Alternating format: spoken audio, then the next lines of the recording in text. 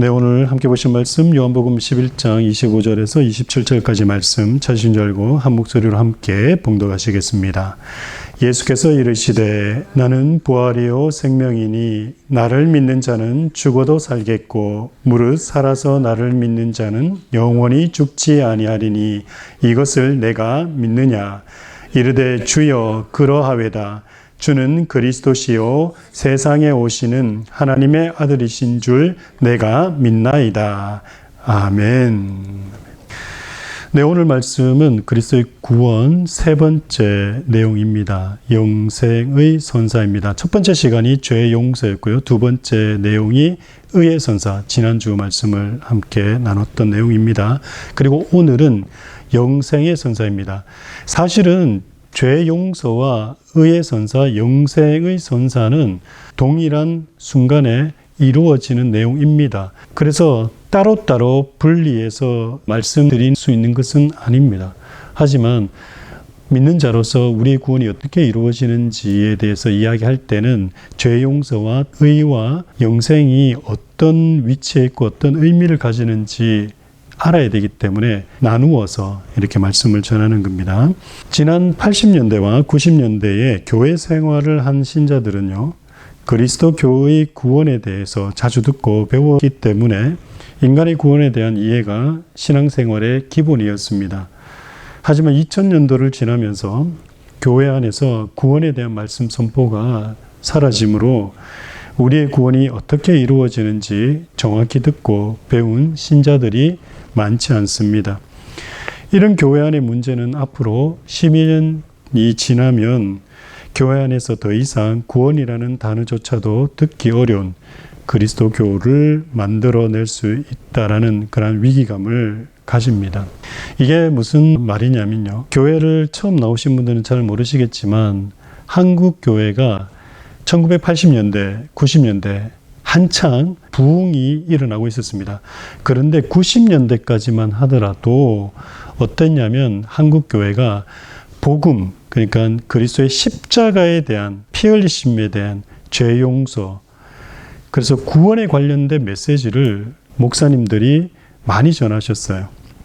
하지만 2000년대를 들었으면서 밀레니엄 시대라 그러죠. 2000년대를 들었으면서 구원이라는 이야기를 단어가 교회 안에서 사라지기 시작했어요. 이단들에 인해서 어느 순간부터 교회가 구원이라는 단어를 쓰지 않기 시작했어요.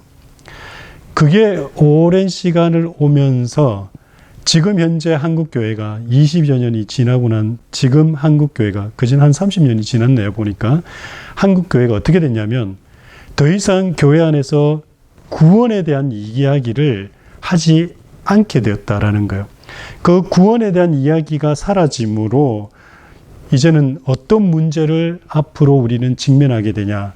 10년 안에 교회 안에서 더 이상 구원이라는 단어 자체도 듣기 어려운 기독교, 그리스도교를 만들어낼 수 있다라는 그런 위기감이 이미 왔다라는 겁니다.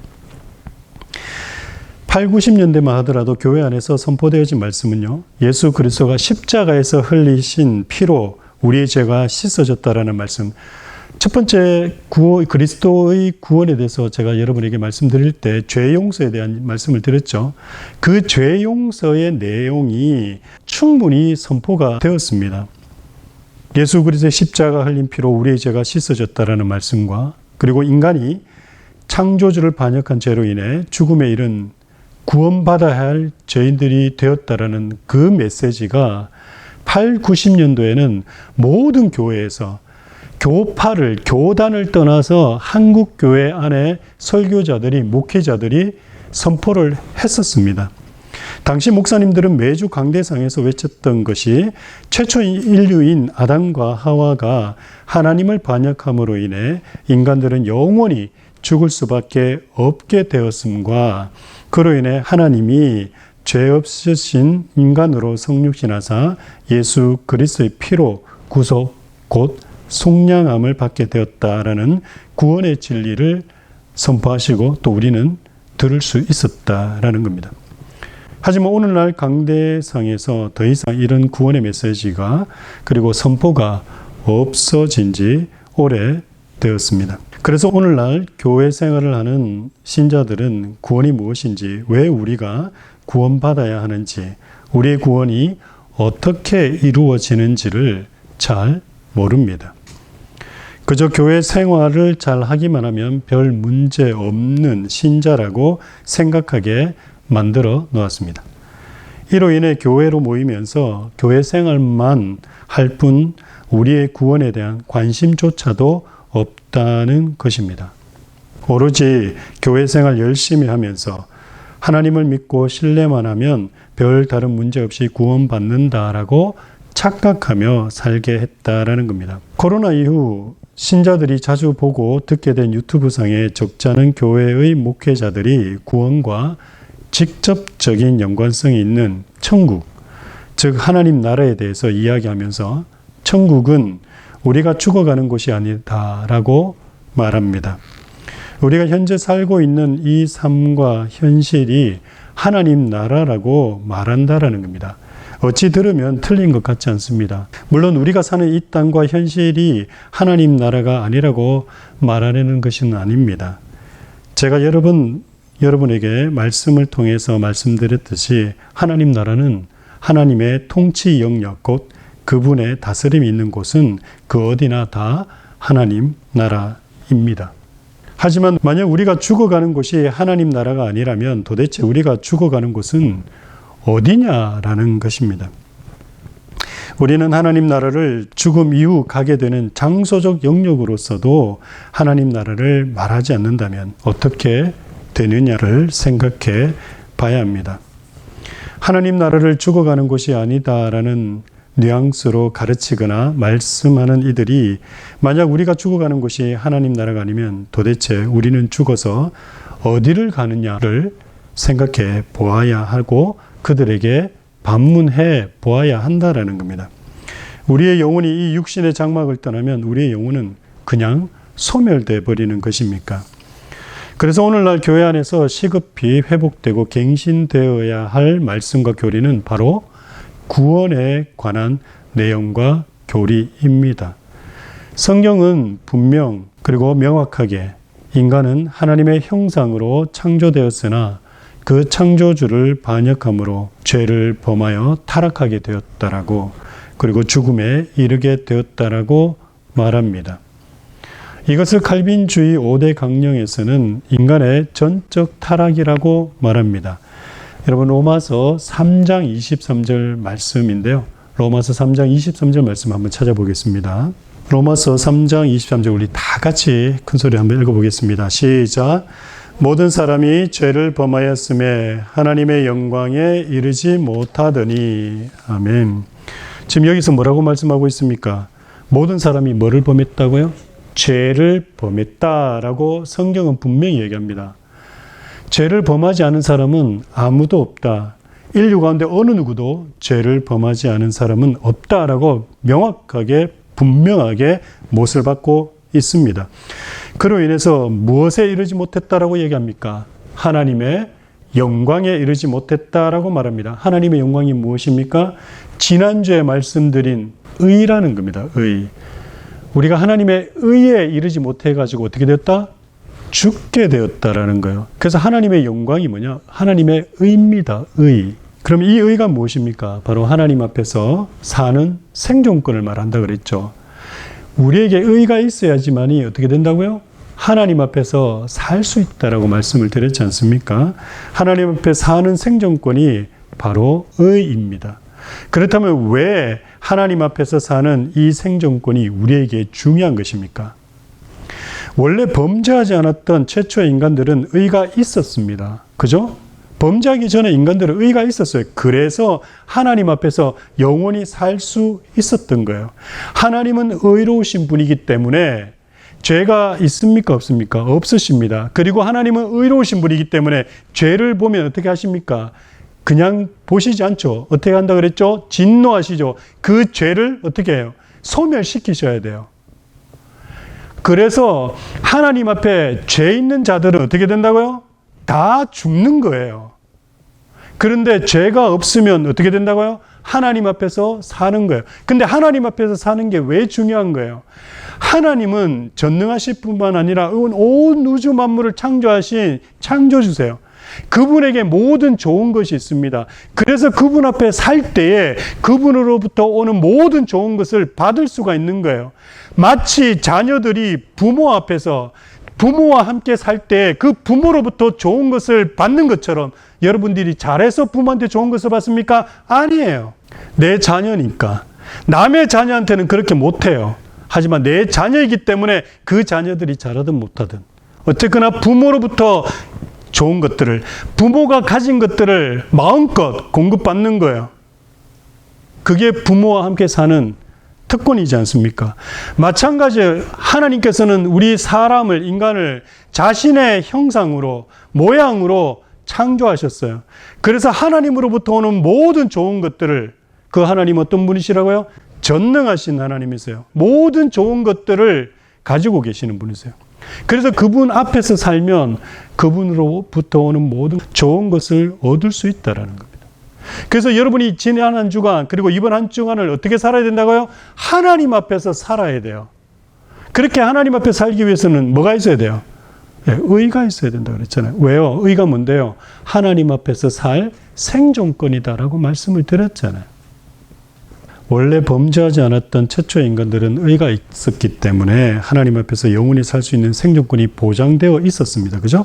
하지만 반역으로 인해 죄가 하나님으로부터 받은 의를 상실케 해서 하나님의 영광에 이르지 못해 죽음에 이르게 되었다라는 겁니다. 그래서 그 죄가 이사야 59장 2절에서 뭐라 그럽니까? 하나님과 우리의 사이를 어떻게 했다고요? 갈라놓았다 그러잖아요. 죄 때문에 하나님께로 갈 수 있는 그 길을 막아버렸다 그러잖아요. 죄가 하나님으로부터 오는 모든 좋은 것들을 다 끊어내고 막아버렸다 그러잖아요. 그 좋은 것을 못 받으니까 하나님으로부터 오는 가장 좋은 게 뭡니까? 영원한 생명이에요. 그걸 잃어버리니까 우리가 어떻게 된 거야? 죽게 되었다라는 거야. 그래서 그리스도를 믿는 자들은 무엇보다도 구원이 무엇인지, 어떻게 구원을 얻게 되는 것인지, 우리가 이룬 구원인지 아니면 우리에게 주어진 구원인지, 구원을 얻게 되는 자는 어떤 자인지를 성경적으로 명확하게 알아야만 참된 구원을 이루게 되는 것입니다. 그냥 교회 나와 있다고 해서 구원받는 게 아니다라는 거예요. 내가 교회 열심히 교회 생활하고 말씀 보고 기도한다 해서 구원이 하늘에서 뚝 하고 떨어지는 게 아니라는 거예요. 우리가 어떻게 구원받는지, 왜 구원받아야 하는지에 대한 정확한 이해를 가지고 그것을 알 때에 참된 구원이 우리에게 주어지게 된다라는 겁니다. 이런 이해 없이 우리는 영생이 우리에게 없음을 예수님께서도 분명하게 말씀하셨습니다.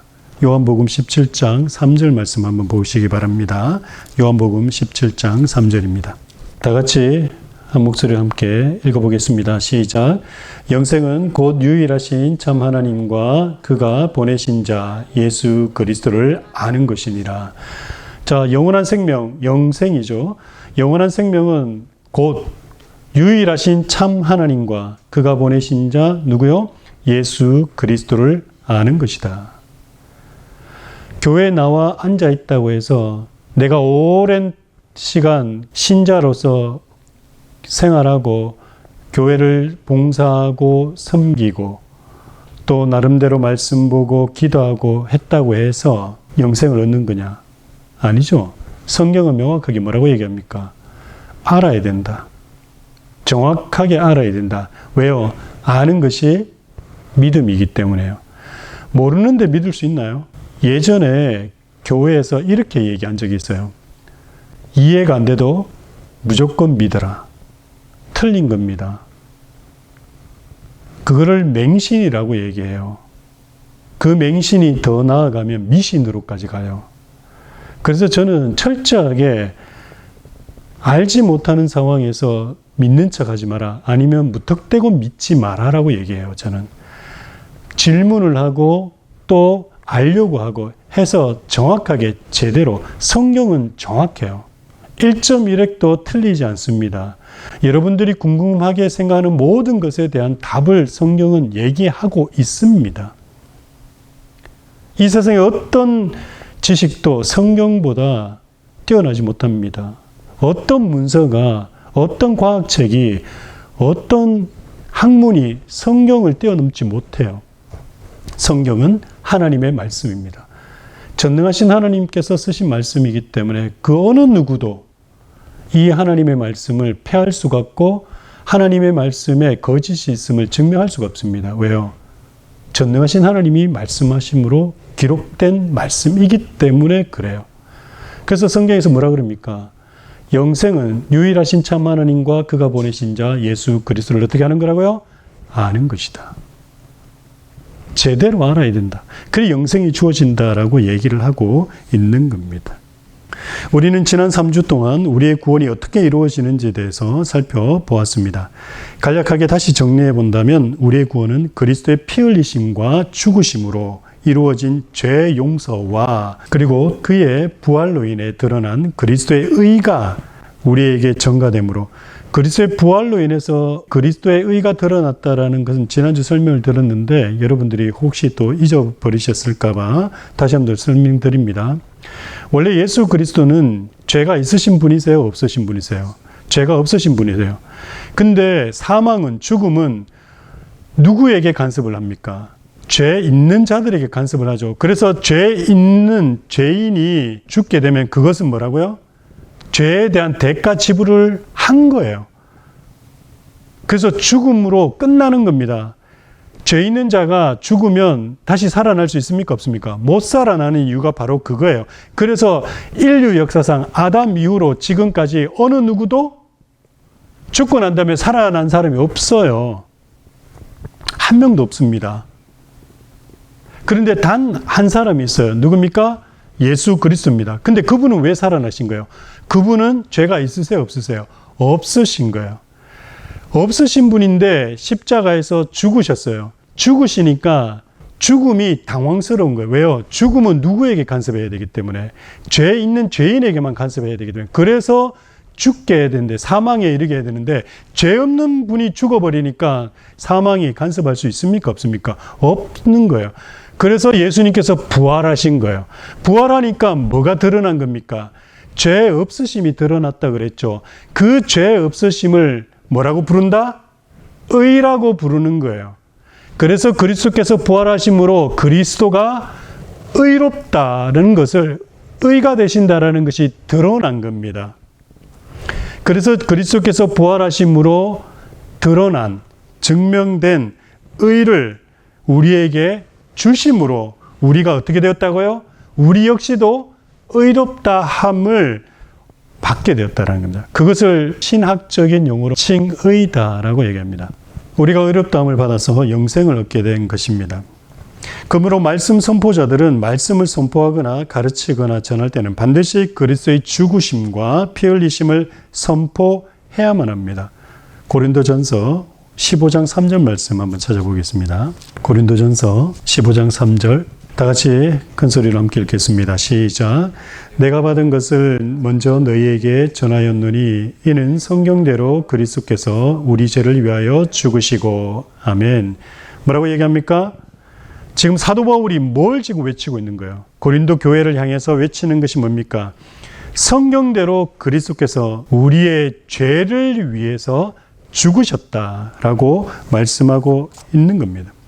그래서 말씀 선포자는 무엇을 전하고 선포해야 된다고요?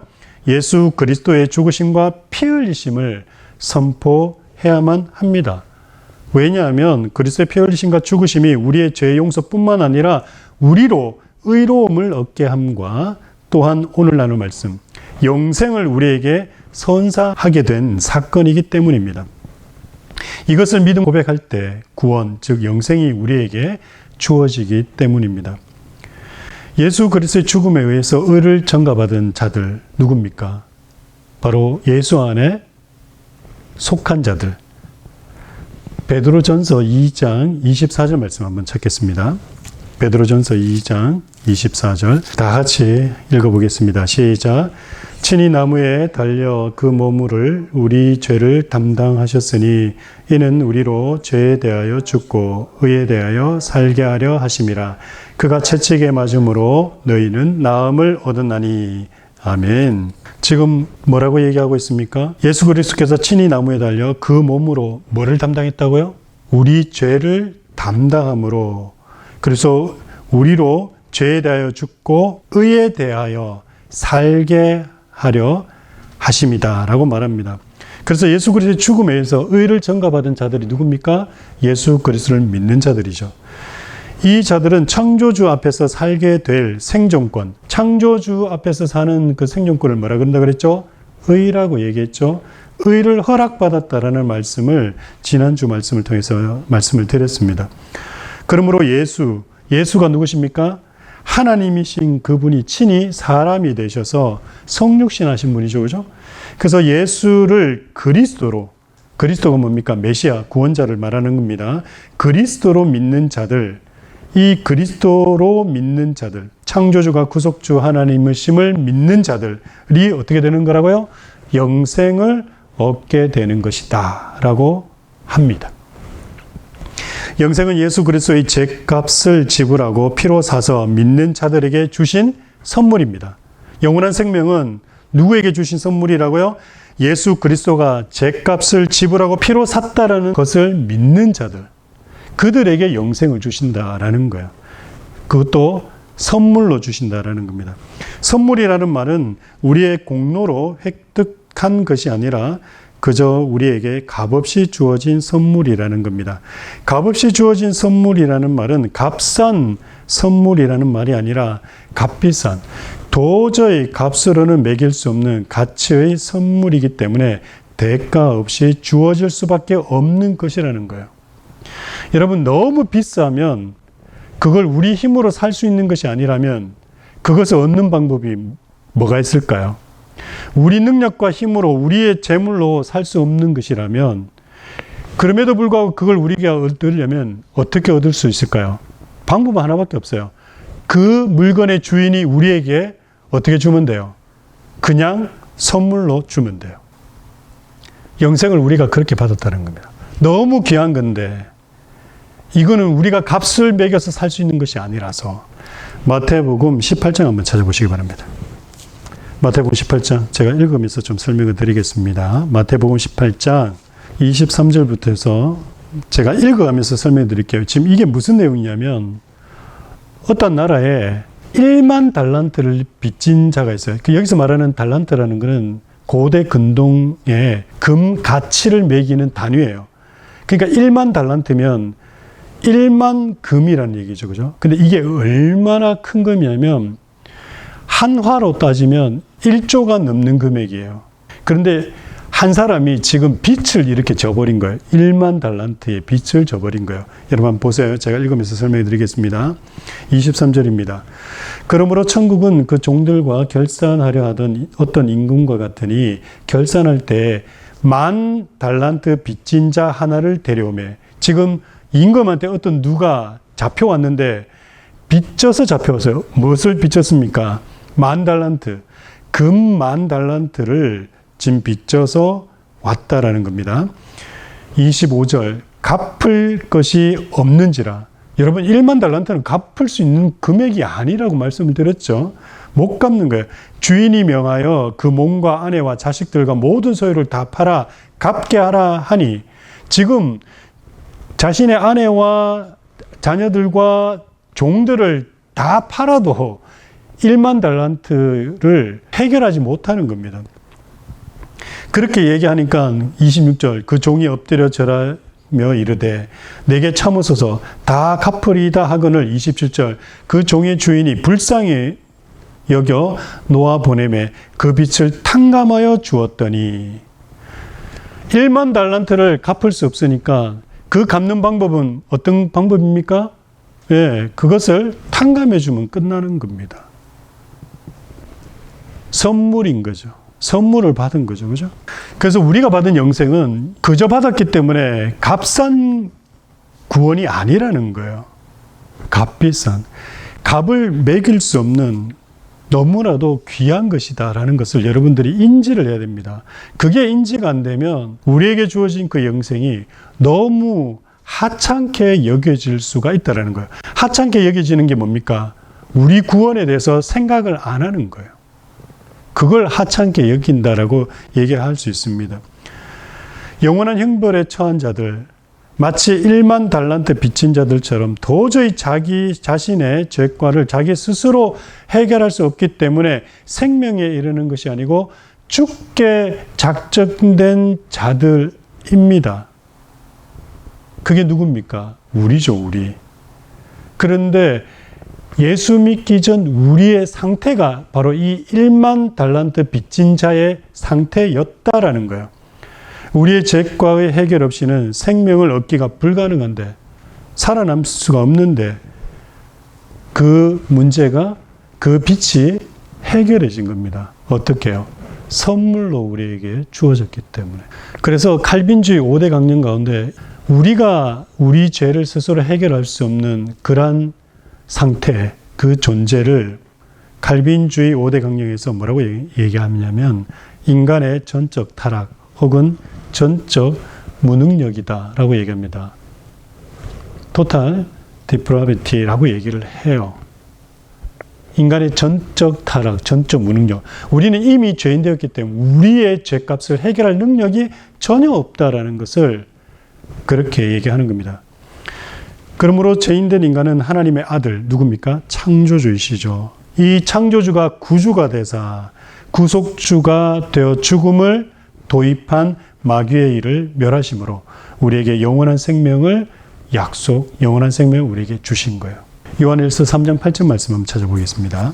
요한일서 3장 8절 말씀, 예수 그리스도가 하신 일이 무엇인지에 대해서 이야기하고 있는 거죠. 제가 읽어드리겠습니다. 죄를 짓는 자는 마귀에게 속하나니 마귀는 처음부터 범죄함이라. 하나님의 아들이 나타나신 것은 뭘 하기 위해서라고요?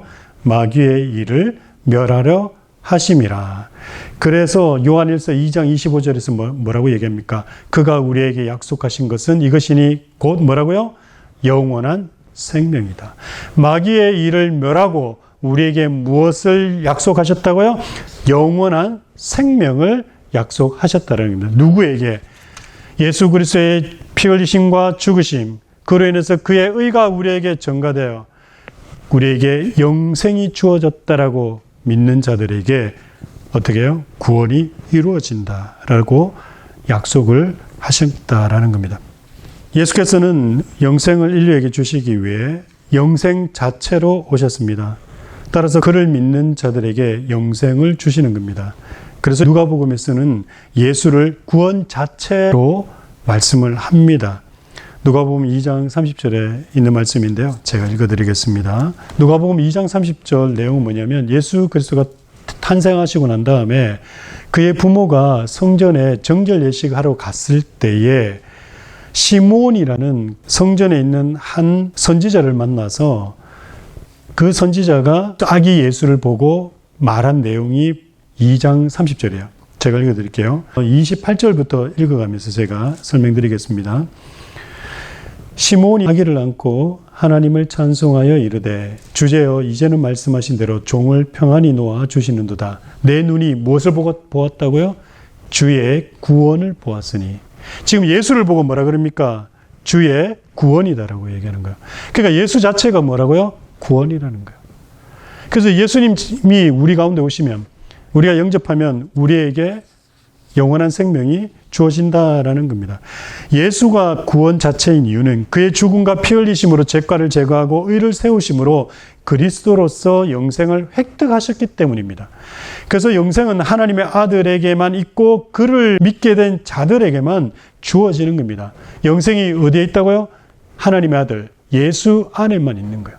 그래서 예수를 믿으면 예수 안에 우리가 거하면 어떻게 된다고요? 우리도 영원한 생명을 얻게 된다라는 겁니다. 죄인된 인간이 영생에 이르는 단 한 가지 조건은 오직 생명 자체인 예수 그리스도를 믿음 고백하는 것밖에 없습니다.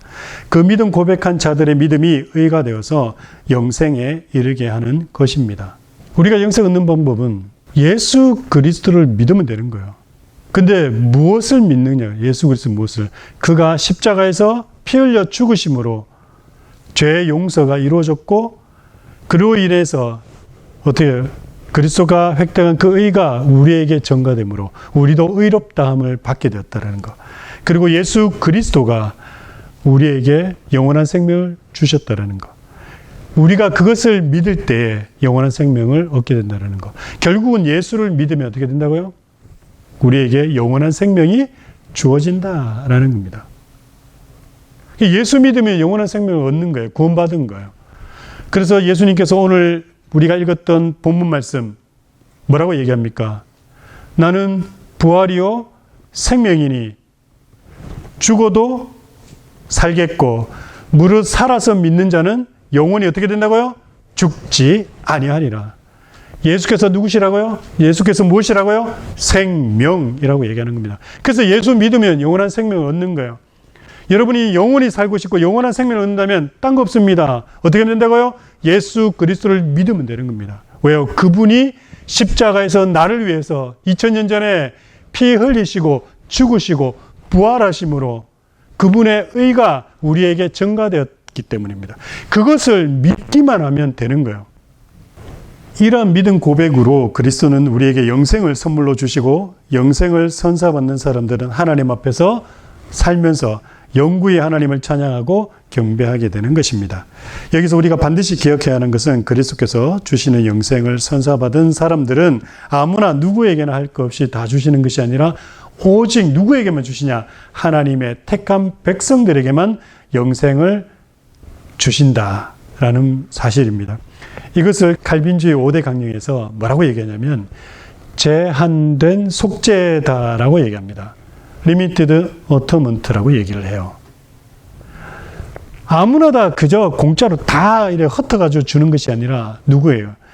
예수께서 선택한, 하나님께서 선택한 백성에게만 그분의 생명을 우리에게 주신다라고 얘기하는 겁니다. 제한적 속죄란 하나님의 창조 경륜으로 인간을 창조하셨을 때는 아담의 모든 자손을 하나님의 백성으로 삼았지만 이게 뭔 말이냐면 여러분 처음에 하나님이 아담을 만드셨을 때는 창조 경륜 하나님을 그 인간을 만드셨을 때는 모두가 다 아담 안에서 구원받게끔 창조가 됐습니다. 근데 아담이 반역해서 범죄해서 모두가 다 죄인됨으로 어떻게 하나님 백성을 잃어버리게 됐잖아요.